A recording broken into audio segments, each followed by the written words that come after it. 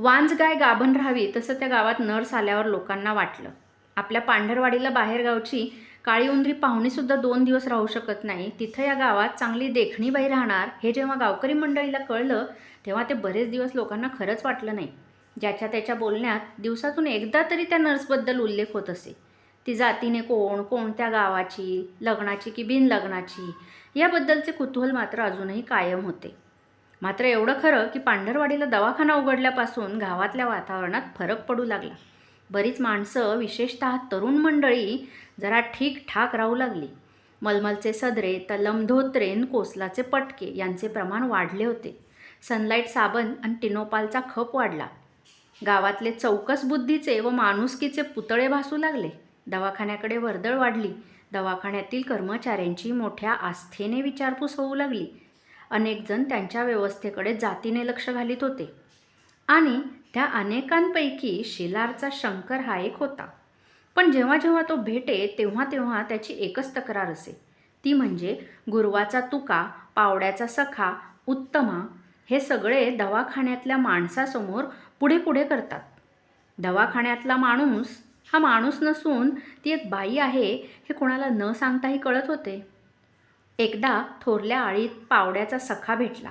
फार कामात असल्यासारखा दाखवत होता, पण त्याला चिंतूनाना कुळकर्ण्याने हटकलंच. रामराम झाल्यावर त्यानेच कुळकर्ण्यास विचारलं, दवाखान्याकडे चाललात का? नाही.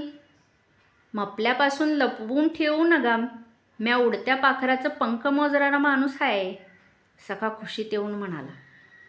मला कळले नाही तुम्हाला काय म्हणायचं ते, चिंतूनाना न समजून म्हणाले. हे बघा रावसाहेब, लय साधूळ होऊ नका, शहरात राहिले म्हणून काय डोळे निवले नसतील, सखाच्या बोलण्याचा पट्टा सुरू झाला. हे पहा सखाराम पाटील, खरंच मला काही ठाऊक नाही. काय ठावे नाही तुम्हाला, बिडी चेतवीत तो म्हणाला. दवाखाना आलाय गावात, ठाव आहे की नाही? माहीत आहे. दवाखाना गंपत पाटलाच्या बैठकीत हाय की नाही? आहे. दवाखान्यात डॉक्टर हाय, कंपाऊंडर हाय नव? आहे. मग एक फर्स्ट क्लास नर्स हाय, ही गोष्ट तुम्हाची ठाव नाही होय? माहीत आहे. डॉक्टर तिथे कंपाऊंडर आणि नर्स येणार. अंग कसं हिशोबशीर बोललात, सखा पावड्या खुशीत आला. बिडीचे 2-4 झुरके घेतले म्हणाला, म्हणून शन म्हणतो रावसाहेब, इस्तवाजवळ लोणी गेलं की ते पिघळलंच समजा. सखाला काहीतरी अधिक सांगायचे हे हेरून त्यांनी मुद्दाम म्हटले. सखा बापू, तुम्ही काय म्हणता हे काय आपल्या टाळक्यात शिरत नाही. सरळ गोष्ट आहे. ती बया म्हणजे ती नर्स या गावात आली. ह्यो गुरुवाचा तुक्या, त्याचीच गोष्ट घ्या ना. एंडगळ आत्ता पस्तूर कधी बेल घालायला गेलं नव्हतं जन्मावल्यापासनं, पण दवाखाना आला आणि त्यानं बेल घालायला सुरुवात केली. त्या नर्साकडे काय जातंय, काय गुलुगुलू बोलतंय तिच्या संग हे माकडीचं, ते देवालाच ठावं. काही नातं होतं असेल दोघांचं. धत, त्यांनी वेद सावड्याचे कोण नाही बघा ह्या टापूत, असे सखा म्हणतो न म्हणतो तोच पलीकडून तुका गुरव येताना दिसला. तुकाला येत असताना पाहून, बघा कसा हाल्यासारखा फुगून चाललाय दवाखान्याकडं, असा शेरा मारून सखा तेथून सटकला. तुकाराम जवळ येताच तो रामराम म्हणत जवळ आला. कसं काय आहे तुकाराम पंत, काय म्हणतो दवाखाना, असं चिंतूनाना म्हणताच तो ओशाळला व किंचित लाजून म्हणाला. दवाखाना लय जोरात आहे बघा.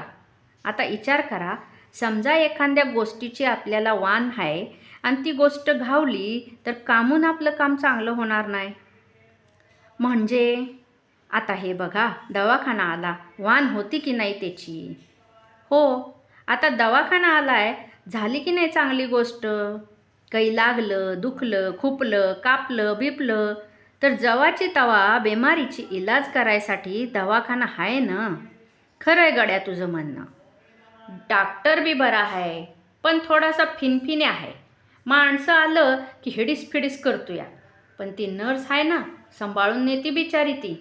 असं मन लावून काम करते की आपली लक्ष्मी जसं नादर काम करते.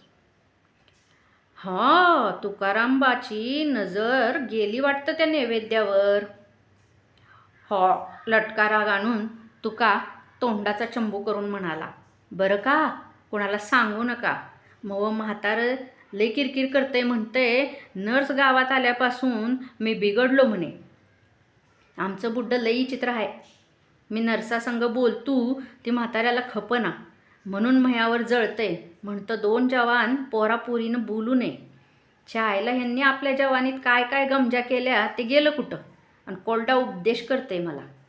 बोलता बोलता तुक्या गुरवाने आपल्या मनातील व्यथा बोलून दाखवली. त्या नर्सची आपल्याकडं कशी नजर आहे हे खुलवून सांगितलं. एकदा की नाही काय झालं, मी बेल घालायला चाललो होतो. त्या नर्साच्या गल्लीतून जाऊ लागलो तेव्हा ती बी दारातच उभी होती. शुक शुक म्हणून मला बोलाविले. मी तिच्याजवळ गेलो. म्हणलो, बोला हुकूम. तर ती म्हणाली, अहो आम्हाला बी बेलफुलं देत जा की. म्या म्हणलं बरं. मग तिनं घरात बसवलं, मला चहा करून दिला. बोलाया या म्हणाली, आणि बरं का म्हणते कशी, आता आम्हाला तुम्हीच, तुमच्याशिवाय कोण आहे आमचं इथं. आता मात्र चिंटू नानाला गप्प बसवेना. डोळे विस्फारून ते म्हणाले, खरंच असं म्हणाली ती?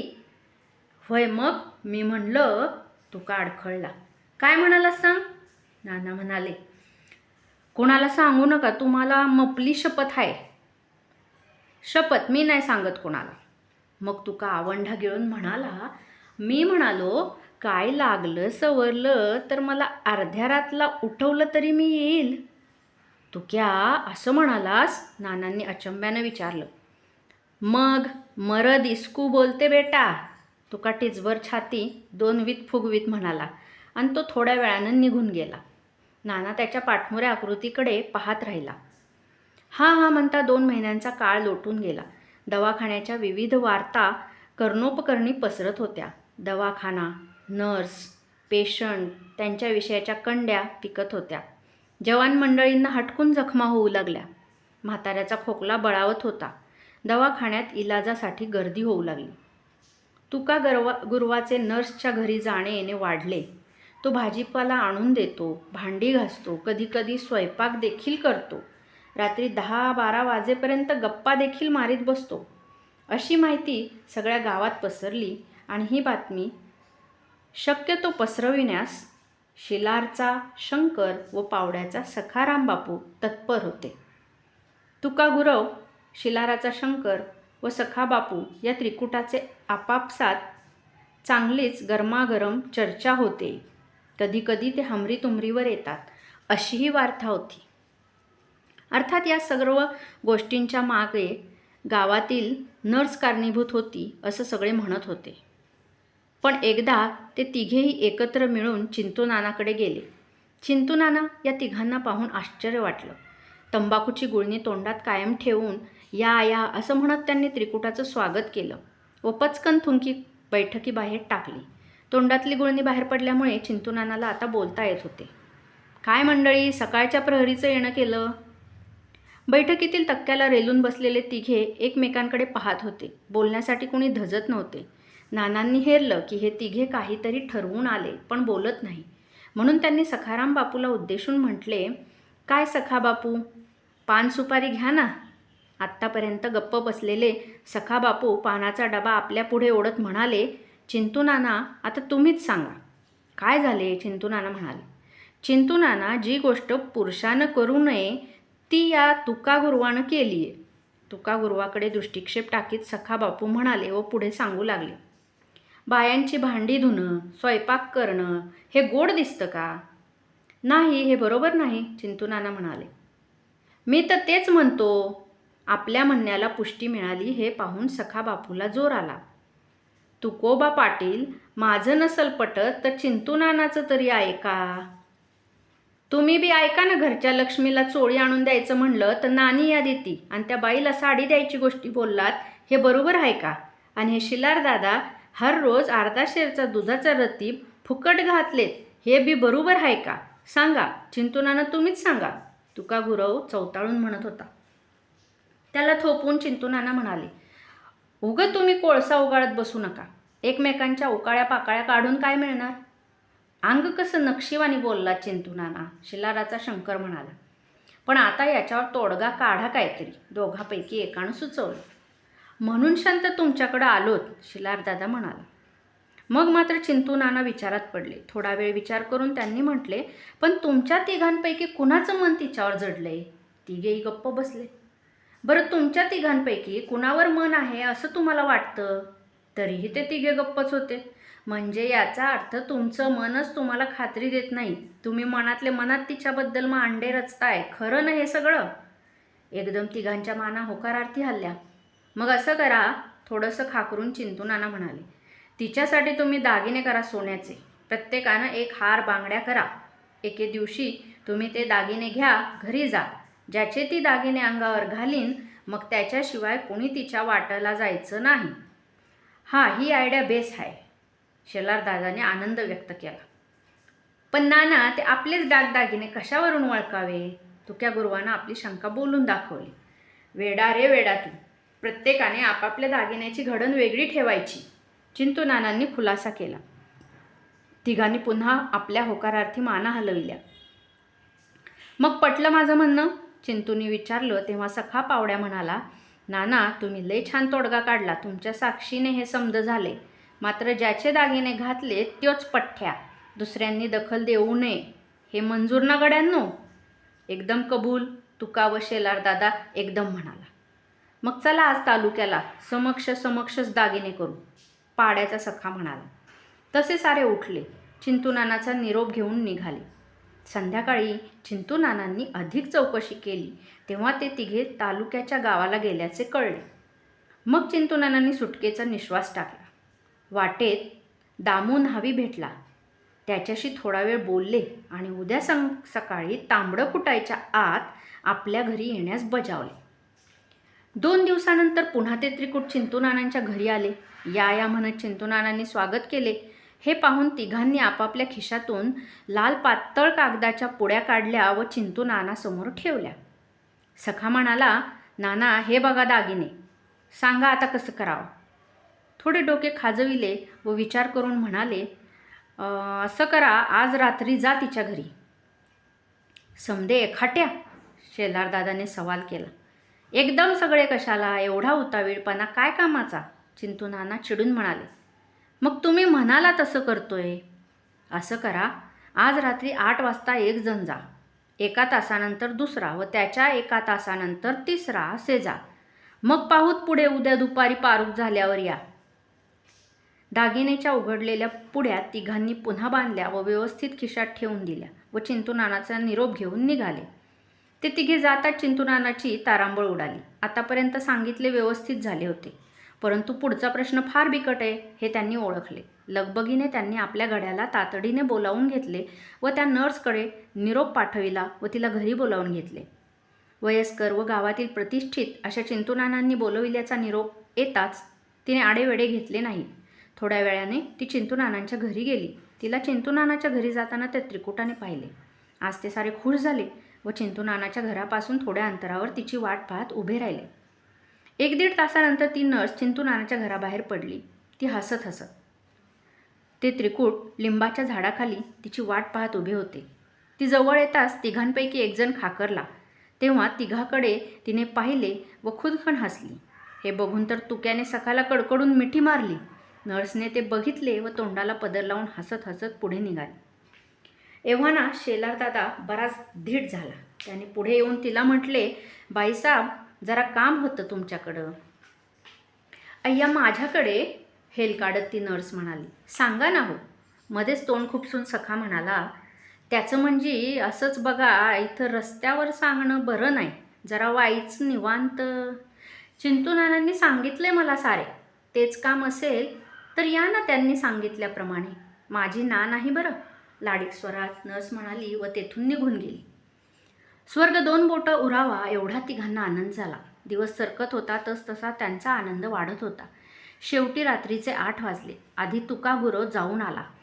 तुका गुरव तेथून आल्यावर आपणास भेटून जाईल अशी सखा पावड्याची समजूत होती. सखा पावड्या गेला, पण नंतर तोही शंकर शिलाराला भेटला नाही. नंतर शंकर शिलार गेला. त्या रात्रीनंतर 2 रात्री गेल्या. शंकर, सखा व तुका यांची गाठभेट झाली नाही आणि चिंतू नानालाही भेटली नाही. शंकर, तुका व सखा 2 दिवस घराबाहेर पडले नाही.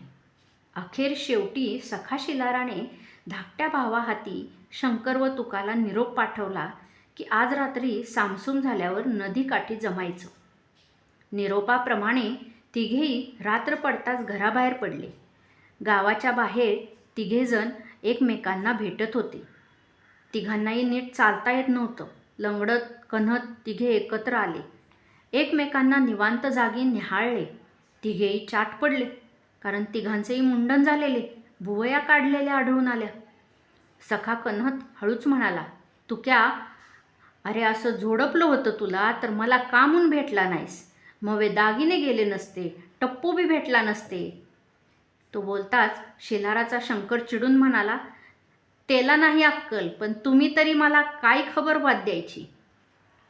आलो असतो शंकर, कुथत सखा म्हणाला, पण मर्दा कोणत्या तोंडानं येऊ? त्या बाईच्या घरात शिरलो की लगेच कवाड लावलं, डप्पू लगावला मला. अंधारात दिसन एक चिमणी होती ढणढणा जळत. त्याच्या उजेडात 2 आर्दांडगडी आणि बाजूला वस्तरा घेऊन वारीक बसला होता. तिघांनी बी अंगाला काळं फासलं. ते ओळखू बी येईनात. हाणलं, मारलं, दागिने हिसकावून घेतले. वारिका पुढं बसवलं, त्यानं टकोरी केली. मला बी असंच केलं. मध्येच तुक्याने आपला अनुभव सांगितला. झाली गेली गोष्ट गंगेला मिळाली, पण तुक्या, तू का म्हणून आला नाहीस? सखा म्हणाला, तेच तर सांगतो ना, जसं तुमचं झालं तसंच मव बी. आता तुम्हीच सांगा. मारलं, हाणलं, दागिने लुटले तरी मी आलो असतो, पण तुका अडखळला. पण माझ्या अंगावर इतभर कापड सुधीक त्यांनी ठेवलं नाही. मग सांगा कसं येऊ? पुढं बराच वेळ कोणी बोललं नाही. गुडघ्यात मान घालून ते त्रिकूट नदीकाठी 2-3 तास बसलं. रातकिड्याची कर्कश आवाज अधिक भेसूरता वाढवित होता.